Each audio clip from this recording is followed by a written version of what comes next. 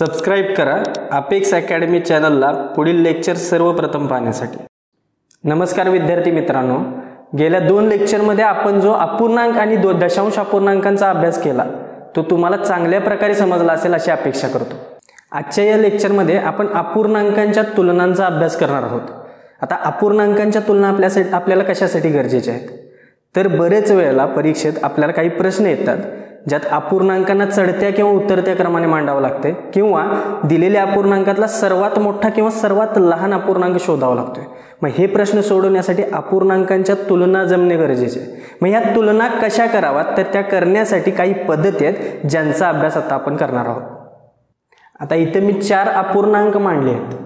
आता समजा या अपूर्णांकांना आपल्याला उतरत्या क्रमाने मांडायचं आहे। मग उतरता क्रम म्हणजे कुठला, तर मोठ्यापासून लहानापर्यंत। मग ते मांडण्यासाठी यांची तुलना करावी लागेल। मग आता हे अपूर्णांक कसे आहेत, चढत्या क्रमाने आहेत का उतरत्या क्रमाने आहेत, तर सगळ्यात पहिली गोष्ट लक्षात घ्या की अपूर्णांकांचे नुसते अंश छेद बघून अशी तुलना करता येत नाही। म्हणजे लहान अंश छेद आहे म्हणून तो लहान किंवा मोठा असं त्यांना ठरवता येत नाही। तर अपूर्णांकांची तुलना कधी होऊ शकते, तर अपूर्णांकांची तुलना करण्यासाठी नियम आहे की त्यांचा छेद समान असावा लागतो। म्हणजे छेद समान असेल तरच ती तुलना करता येते। मग आता इथं छेद समान आहे का, हा तर नाही आहे, म्हणजेच आपल्याला ही तुलना अशी तोंडी करता येणार नाही किंवा ती चुकीची ठरू शकते तशी करणं। मग आपल्याला काय करायला पाहिजे, तर सगळ्यात पहिला त्यांचा छेद समान करून घेतला पाहिजे। मग आता छेद समान कसा करून घ्यायचा, तर अपूर्णांकांच्या बेरीज वजाबाकीच्या वेळी आपण छेद समान करण्यासाठी एक पद्धत बघितली, ती कुठली आहे, लसावी पद्धत। आणि मग तीच आपली पहिली पद्धत आहे, लसावी पद्धत। लसावी पद्धतीनं आपण या अपूर्णांकांची तुलना करणार, ज्यात आपण लसावीनं त्यांचा छेद समान करून घेणार। मग इथं छेद कोणते आहेत, 5, 8, 10, 20 यांचा लसावी पहिला शोधावा लागणार। आता लसावी कसा शोधायचा हे तुम्हाला माहित आहे, यांच्या पटीतली पहिली सामायिक संख्या। मग यांचा लसावी जर बघितला तर यांच्या पटीत पहिली सामायिक संख्या येते 40, म्हणजे ह्या 4 संख्यांचा लसावी 40 आहे। आणि मग मी ह्या प्रत्येक अपूर्णांकाचा छेद 40 करून घेणार। मग आता हा छेद 40 करून घेताना यातल्या अपूर्णांकांची किंमत बदलली जाणार नाही ही काळजी घेणं देखील गरजेचं आहे। आणि मग त्यासाठी काय उपाय आहे, तर छेदाला 40 करण्यासाठी इथं जेवढ्यानं गुणावं लागतंय तेवढ्यानंच त्याच्या अंशाला देखील गुणलं पाहिजे। म्हणजेच उदाहरणार्थ ह्या 5ला आपल्याला 40 करायला कितीनं गुणावं लागतंय, 8ने। म्हणजेच या 4ला पण आपण कितीनं गुणणार, 8ने। म्हणजेच इथं अंश किती येणार, 32। म्हणजे या अपूर्णांकाची किंमत देखील बदलली नाही। त्याचप्रमाणे आता ह्या छेदाला 40 करायला कितीनं गुणावं लागेल, 5ने। मग त्याच्या अंशाला पण कितीनं गुणा, 5ने। म्हणजे तिथं अपूर्णांक येईल 25/40। या छेदाला 40 करायला 4ने गुणावं लागेल, मग त्याच्या अंशाला देखील 4ने गुणा, म्हणजे अपूर्णांक कसा येईल, 28/40। आणि शेवटच्या अपूर्णांकाला 40 करायला छेदात 2ने गुणावं लागेल, मग त्याच्या अंशाला पण 2ने गुणलं तर तिथं अपूर्णांक येईल 26/40। आणि मग लसावीनं आपण ह्या 4 अपूर्णांकांचा छेद समान करून घेतला, पण त्यांची किंमत देखील बदलू दिली नाही। आणि मग आता छेद समान असल्यामुळे तुलना आपण करू शकतो। मग तुलना कशी करायची, तर छेद समान असेल तर ती तुलना अंशांवरून केली जाते। मग आता आपल्याला इथं कोणतं लावायचं आहे, तर उतरता क्रम लावायचा आहे। म्हणजे मोठ्यापासून लहानापर्यंत आपल्याला यायचं आहे, हे लक्षात घ्या। आणि मग इथं छेद समान आहेत आणि अंशानुसार त्याची तुलना करा। मग मोठ्यापासून लहानापर्यंत सगळ्यात मोठा अंश कुठला दिसतोय तुम्हाला, तर 32। मग सगळ्यात पहिला अपूर्णांक हा येणार, त्यानंतर 28, त्यानंतर 26, त्यानंतर 25। मग हा त्यांचा उतरता क्रम लागला। मग आता त्याप्रमाणे हे जे मूळ अपूर्णांक आहेत ते उतरून घ्या। म्हणजे सगळ्यात पहिला 4/5, त्यानंतर 2 नंबरला आहे 7/10, त्यानंतर 3 नंबरला आहे 13/20 आणि सगळ्यात शेवटी 4 नंबरला आहे 5/8। आणि मग हा या अपूर्णांकांचा कसला क्रम आला, उतरता क्रम आला। लक्षात घ्या की आपण अपूर्णांकांची तुलना करण्यासाठी कुठली पद्धत वापरली, लसावी, ज्यात छेद समान करून घेतलाय आणि त्याप्रमाणे अंश बदलून त्या अपूर्णांकांची तुलना आपण केली। मग ही पद्धत आपल्याला जशी उतरत्या क्रमाला उपयुक्त ठरले तशी चढत्या क्रमाला देखील ठरणार आहे। त्याचप्रमाणे सर्वात मोठा अपूर्णांक देखील आपण यातून ओळखू शकतोय किंवा सर्वात लहान अपूर्णांक देखील आपण यातून ओळखू शकतो। म्हणजे या 4 प्रश्नांना उपयुक्त ही पद्धत आहे, हे लक्षात घ्या। आता आपण अपूर्णांकांची तुलना करण्यासाठी लसावी पद्धत बघितली। आता पुन्हा एकदा मी इथे 4 अपूर्णांक घेतलेले आहेत। आता यांची आपल्याला तुलना करायची आहे। समजा या अपूर्णांकांना आपल्याला चढत्या क्रमाने मांडायचं आहे, तर लसावी पद्धत तर आपण शिकलोच। मग दुसरी पद्धत कुठली, तर दुसरी पद्धत आहे दशांश अपूर्णांक पद्धत। म्हणजेच काय की दिलेल्या अपूर्णांकांना दशांश अपूर्णांकात रूपांतरित करा आणि मग त्यांची तुलना करा। मग दशांश अपूर्णांकात रूपांतरित कसे करतात अपूर्णांकांना, तर त्याच्या छेदाने अंशाला आपल्याला भागत जायचं असते आणि मग त्यांना दशांशात रूपांतरित करायचं. आता ही रूपांतर करताना दशांश अपूर्णांकांच्या तुलनेत पण काही गोष्टींची काळजी घेणं गरजेचं आहे. आणि मग ती काळजी कोणती, तर मी इथं 2 दशांश अपूर्णांक लिहितोय.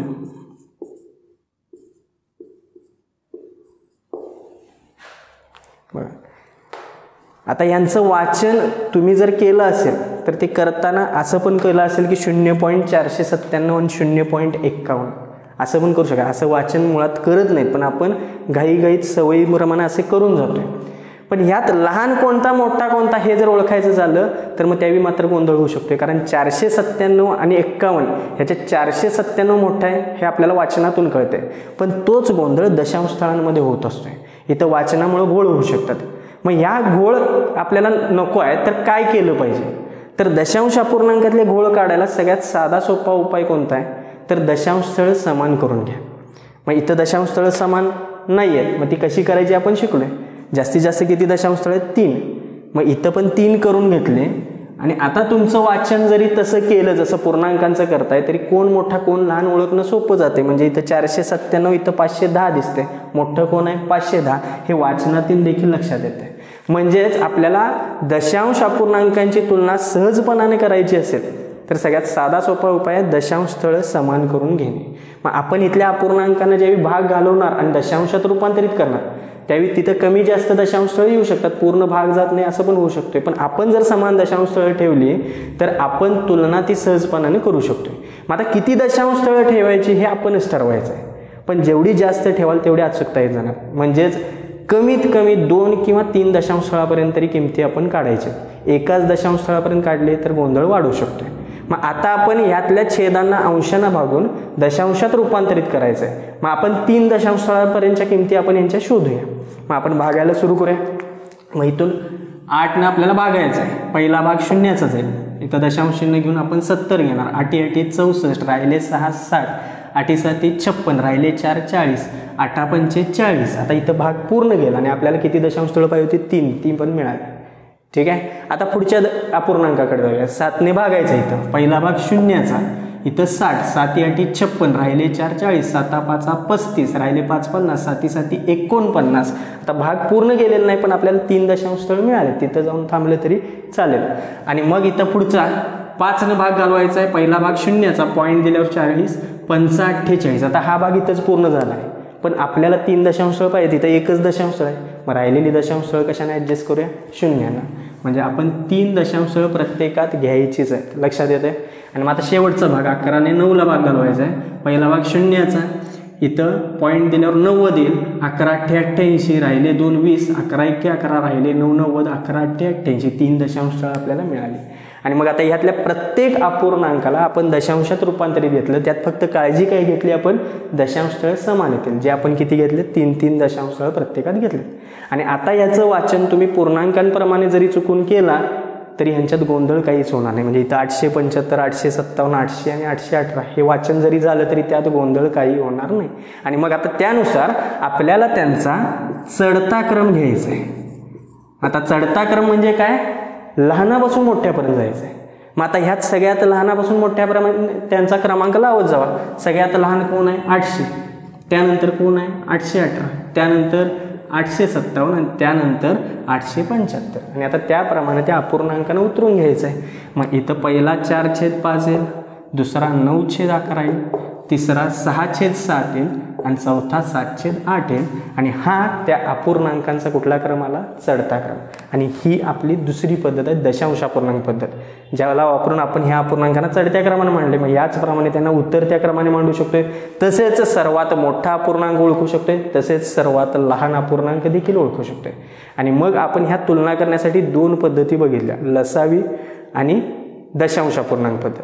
आता ह्यातली कुठली पद्धत वापरणं सोयीस्कर आहे हे तुम्हीच ठरवायचं आहे. मग ते कसं ठरणार, तर ज्यावेळी छेदांचा लसावी घेणं आपल्याला सोपं असेल त्यावेळी लसावी पद्धत वापरा, आणि ज्यावेळी छेदाने भाग घालवणं सोपं असेल त्यावेळी दशांश अपूर्णांक पद्धत वापरा. मग या 4ही प्रश्नांना या 2 पद्धती अतिशय उपयुक्त आहेत. आता आपण अपूर्णांकांच्या तुलनेसाठी तिसरी एक पद्धत अभ्यासायची आहे, जी पद्धतीचं नाव आहे तिरकस गुणाकार पद्धत. म्हणजे अपूर्णांकांच्या तिरकस गुणाकाराने त्यांची तुलना करणे. आता ह्याचं वैशिष्ट्य काय, तर आपण मगाशी बघितलं की लसावी पद्धत आणि दशांश अपूर्णांक पद्धत यांना आपण चढता क्रम, उतरता क्रम, सर्वात मोठा अपूर्णांक, सर्वात लहान अपूर्णांक सहज ओळखू शकतोय. पण आता तिरकस गुणाकार पद्धतीचा फायदा काय, तर सर्वात मोठा किंवा सर्वात लहान अपूर्णांक शोधण्यासाठी त्या दोन पद्धतींपेक्षा देखील ही तिसरी पद्धत सोयीस्कर आहे. मग आता ती कशी लागू करतात, तर सगळ्यात पहिली गोष्ट लक्षात घ्या की यात एका वेळी फक्त आपण दोनच अपूर्णांकांची तुलना करू शकतो. मग आता मी इथं दोन अपूर्णांक घेतले 7/8 आणि 6/7, तर यांची तुलना कशी करायची, तिरकस गुणाकाराने. आता तिरकस गुणाकार म्हणजे कळतंय तुम्हाला, या 7चा आणि या 7चा गुणाकार होणार आणि ह्या 6चा आणि ह्या 8चा गुणाकार होणार, बरोबर ना. आता या गुणाकारांमध्ये आपण जर विचार केला तर एकीकडचा अंश येतोय तर दुसरीकडचा छेद येतोय, तसंच दुसरीकडचा अंश येतोय तर पहिलीकडचा इथं छेद येतोय, बरोबर ना. मग या गुणाकारात अंश ज्या अपूर्णांकाचा आला आहे तो गुणाकार त्या अपूर्णांकाकडे धरायचा आहे. म्हणजे या गुणाकाराला मी या अपूर्णांकाकडे धरणार, या गुणाकाराला या अपूर्णांकाकडे धरणार, आणि मग जो गुणाकार मोठा असेल तो अपूर्णांक मोठा, जो गुणाकार लहान असेल तो अपूर्णांक लहान, आणि समजा दोन्ही गुणाकार समान आले तर ते दोन्ही अपूर्णांक कसे असणार, समान असणार. मग आता या पद्धतीने तुलना करून आपल्याला सर्वात मोठा किंवा सर्वात लहान अपूर्णांक सहजपणाने ओळखता येतोय. मग आता समजा ह्यातला मला सर्वात लहान अपूर्णांक शोधायचा आहे, मग मी सुरुवात कुठून करणार, तर कुठल्याही दोन अपूर्णांकांपासून तुम्ही सुरुवात करू शकताय. मग आता सर्वात लहान अपूर्णांक शोधायचं हे डोक्यात ठेवून फक्त ती तुलना सुरू करा. मग मी हेच दोन अपूर्णांक घेतले तर ह्यांचे तिरकस गुणाकार केले तर इथं 7 × 7 किती येते, 49, आणि इथं 8 × 6 किती येते, 48. आता 49 आणि 48 मध्ये मोठं कोण आहे, 49, म्हणजेच हा अपूर्णांक मोठा आहे. मग आता या दोन अपूर्णांकात हा मोठा असेल तर हा सर्वात लहान कधीच ठरू शकत नाही, म्हणजेच तुलनेतून हा अपूर्णांक निघून जातोय. लक्षात आलं. आता आपल्याकडे राहिले किती अपूर्णांक, 3 अपूर्णांक राहिले. आता त्यातल्या कुठल्याही दोन अपूर्णांकांची तुलना तुम्ही घेऊ शकताय. मग आपण समजा पुढच्याच दोघांची घेतली 6/7 आणि 4/5, तर आता त्यांचा तिरकस गुणाकार करा. म्हणजे इथं 5 × 6 30, 7 × 4 28. आता 30 आणि 28 मध्ये कोण मोठा आहे, तर 30, म्हणजेच हा अपूर्णांक मोठा आहे. मग आपल्याला मोठा अपूर्णांक नकोच आहे, म्हणजे तुलनेतून याला देखील काढून टाका. लक्षात आलं. आता आपल्याकडे राहिले किती, फक्त दोन अपूर्णांक, आणि आता त्यांची तुलना फक्त आपल्याला करायची. मग तिरकस गुणाकार करा. 11 × 4 44, 5 × 9 45. आता 44 आणि 45 मध्ये मोठा कोण आहे, 45, म्हणजेच 9/11 हा मोठा अपूर्णांक आहे. मग आपल्याला मोठा नको आहे, त्याला पण काढून टाका. आणि मग अशी तुलना करत गेल्यावर शेवटी एकच अपूर्णांक उरेल, आणि मग तोच त्यातला सर्वात लहान अपूर्णांक असणार. लक्षात आलं. मग असाच सर्वात मोठा अपूर्णांक ज्यावेळी शोधायचा आहे त्यावेळी दोघांच्या तुलनेत जो लहान आहे त्याला काढत जावा, शेवटी जो राहील तो सर्वात मोठा असणार. त्यामुळे सर्वात लहान किंवा सर्वात मोठा अपूर्णांक शोधायला ही पद्धत सगळ्यात सोयीस्कर ठरते. पण चढत्या किंवा उतरत्या क्रमासाठी ही पद्धत सोयीस्कर नाही. तिथं आपल्याला लसावी पद्धत किंवा दशांश अपूर्णांक पद्धतच वापरावी लागेल, हे लक्षात घ्या. अपूर्णांकांच्या तुलनेसाठी आपण या ज्या 3 पद्धती अभ्यासल्या त्या आकडेमोडीसाठी अतिशय उपयुक्त आहेत. त्यामुळे जर तुम्हाला हे लेक्चर आवडलं असेल तर हा व्हिडिओ जास्तीत जास्त लाईक आणि शेअर करा, आणि पुढील लेक्चरच्या नोटिफिकेशनसाठी आपलं चॅनल अपेक्स अकॅडमीला सबस्क्राईब करा. तसेच शेजारील बेल आयकॉन क्लिक करायला विसरू नका. चला तर मग भेटू पुढील लेक्चरमध्ये. धन्यवाद.